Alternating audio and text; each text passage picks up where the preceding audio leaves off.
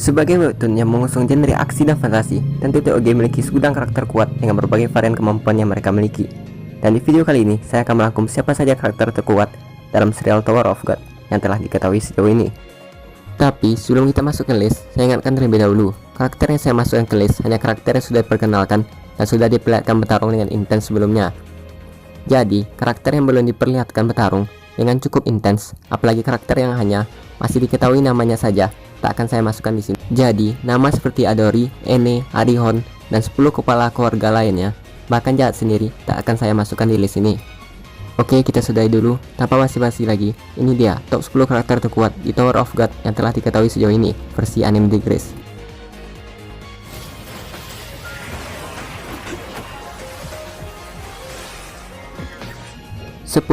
Beirut Doom. Sebagai high ranker dan kakak tertua dari Beirut bersaudara, kekuatan Doom memang tak bisa diremehkan. Kalau dalam urusan murni hanya bakat, menurut saya di antara 3 Beirut bersaudara, Doom lah yang paling hebat. Doom juga memiliki kemampuan untuk membagikan kekuatan transformasinya pada orang lain, dan dengan inilah mereka membentuk ras anjing. 9. Yama. Meskipun saya mengatakan kalau Doom adalah yang paling berbakat di antara 3 Beirut bersaudara, tapi kalau soal yang terkuat, Yama lah orangnya. Di antara para ras anjing, dialah rajanya. Berbeda dengan Doom yang terlalu fokus di urusan politik dalam kelompok, Yama yang seorang penyendiri terus mengasah dan melatih kemampuannya hingga ia dapat menyelesaikan transformasi penuh dengan sempurna, hal yang tak bisa dilakukan oleh Doom.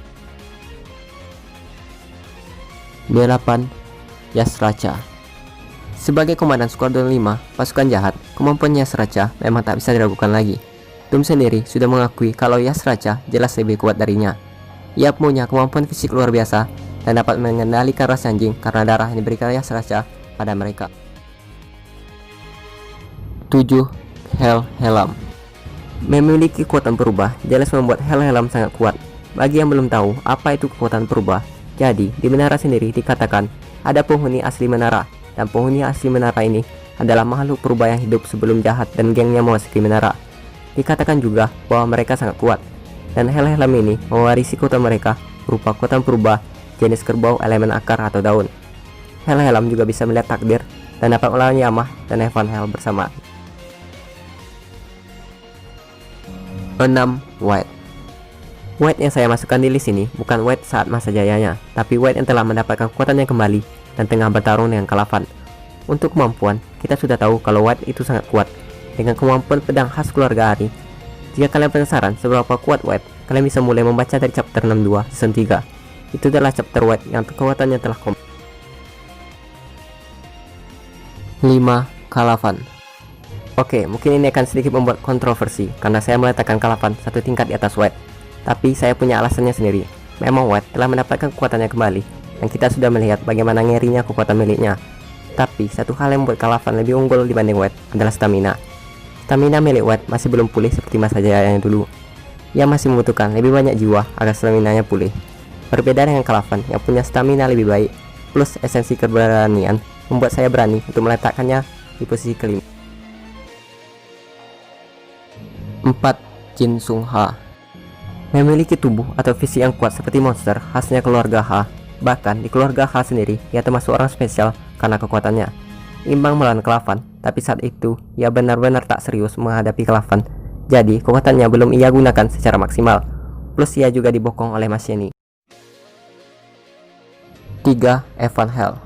Salah satu dari orang yang telah diketahui sejauh ini memiliki kekuatan purba. Kekuatan purbanya sendiri berjenis gajah elemen api, penggunaan op langka, dan fisik yang kuat. Meskipun di awal saya mengatakan Helhelam mampu menghadapi Yama dan Evanhel bersamaan, tapi saat itu ia belum melepas kompresi tubuhnya yang membuat kekuatannya berkurang. 2. Data jahat dan data Kunedan. Oke, seperti yang saya katakan di awal tadi, untuk jahat sendiri tak saya masukkan di list karena belum diperlihatkan bagaimana jahat bertarung dengan cukup intens. Meskipun kekuatannya sendiri sudah jelas kita tahu. Oleh karena itu, saya pun memutuskan untuk memasukkan datanya saja yang ada di lantai tersembunyi, karena kita sudah diperlihatkan bagaimana ia bertarung. Di arc lantai tersembunyi, kita sudah diperlihatkan bagaimana data jahat dan data Kun Edan yang bertarung dengan seimbang. Jadi, untuk cari aman saja, saya meletakkan mereka sama-sama di posisi 2. Mungkin ini agak sedikit membingungkan, bagaimana bisa data jahat yang saat itu masih belum jadi rankers bisa mengalahkan para high ranker yang sebelumnya telah saya bahas. Ya, saya juga awalnya sedikit bingung, mereka berdua mau saya letakkan di peringkat berapa.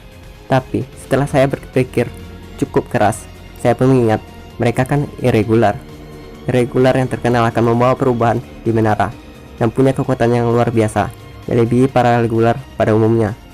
Jadi karena itulah saya pun memberanikan diri untuk meletakkan mereka di posisi 2. 1. Urek Mazino. Ya, mungkin kita semua jelas akan setuju jika ditanya siapa karakter terkuat yang telah diperlihatkan bertarung secara intens. Jelas itu adalah Parakul.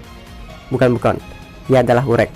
Sebagai makhluk top 5 terkuat di menara dan juga seorang irregular, Urek memiliki kekuatan yang luar biasa. Bisa kita lihat bagaimana ia menghadapi Karaka hanya dengan telunjuknya dan mengalahkan Heljoe dengan mudahnya. Padahal saat itu ia tak bisa menggunakan Shinsu sama sekali.